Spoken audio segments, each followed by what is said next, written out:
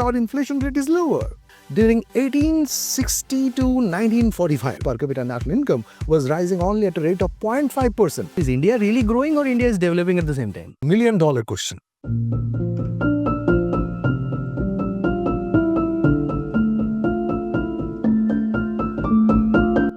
India, the world's largest democracy, is growing.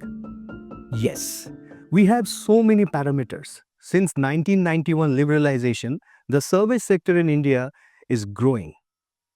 And we are having the highest population in this world, which creates an amicable atmosphere for the investors.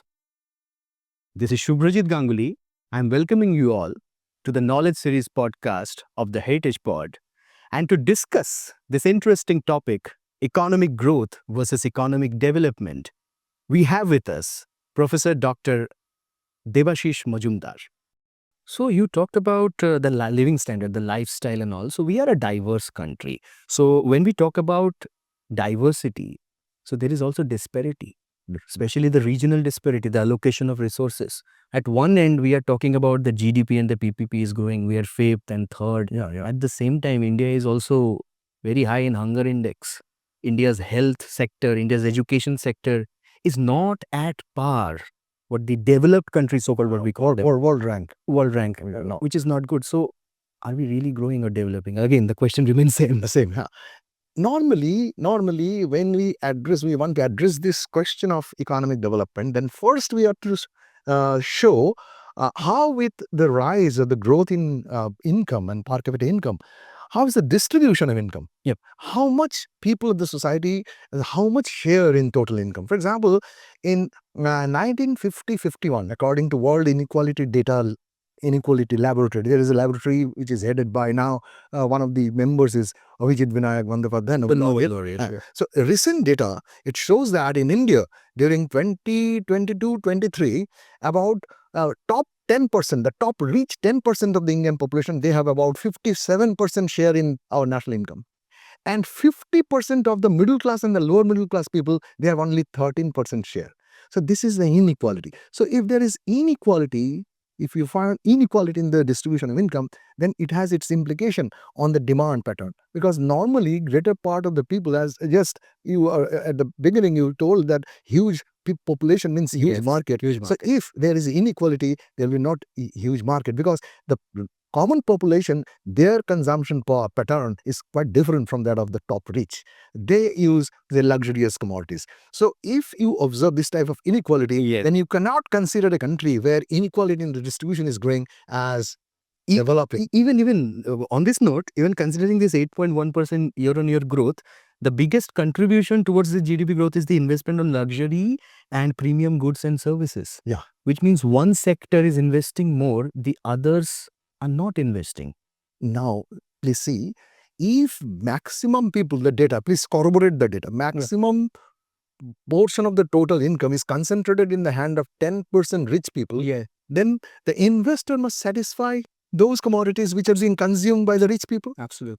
So what will happen if in this sector, even if the manufacturing sector, they produce those luxury commodities, what will happen if you see the trend in the contribution of the secondary sector, namely the manufacturing sector towards India's GDP is only about 23% to 24%, whereas that of service sector is about 60% to total GDP. Absolutely. And the rest is our agriculture. Therefore, the demand which is being generated by a few people, it will be exhausted within a limited time period.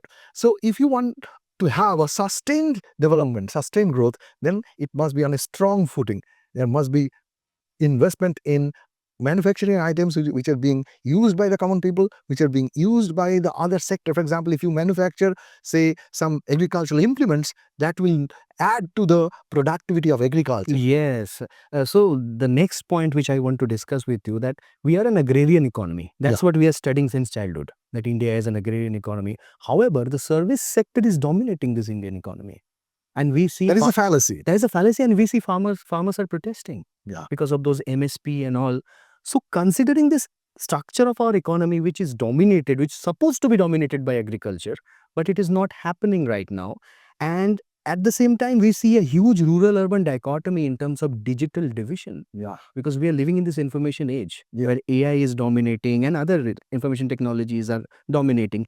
But we still see the consumption pattern of internet, the usage of internet. There is a huge digital illiteracy Yeah. in the country. So, do you think these are the contributing factors towards this disparity?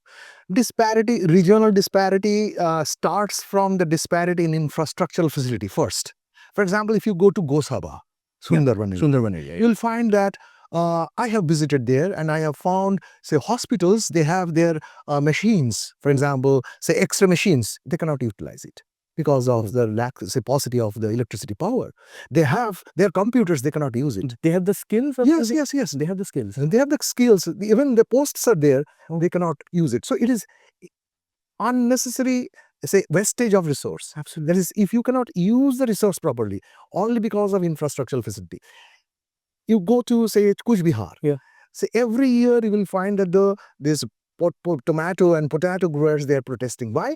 Huge amount of fruits, they are being just wasted because of inadequate, say, preservation. Okay, The storage facility, cold storage is not there. Therefore, what I think that, particularly because of the differences in per capita availability of infrastructural facility and investment, which are being made by the government, both state and the say central. During the last few budgets, you must have been observing that the government expenditure, central government's expenditure on capital expenditure on infrastructure, it is rising. That is good, but its impact will be realized only after 5 years. Because it will take time. Absolutely. There is a gestation lag. In economics, it is called gestation lag. What is gestation lag? The time when you are investing and the time when you are getting the return. That gap, and you have to wait for that. But between then, that gap, the demand is rising. Therefore, population is therefore food inflation. Yes. Every time, only 35% of Indian agricultural land, they are having, say, this irrigational facilities. The rest 65%, they depend on monsoon. The vagaries of monsoon. If monsoon is bad, then you are having that climatic shock. Great, son. Thank you so much for such insight. It was really a comprehensive discussions, and we hope to have more such discussions in this knowledge series. Yeah. Thank you so much. Thank you. Well, that was Professor Dr. Debashis Mazumdar speaking on the topic economic growth versus economic development. For such content, keep listening and watching the Heritage Pod. This is Subhrajeet signing off.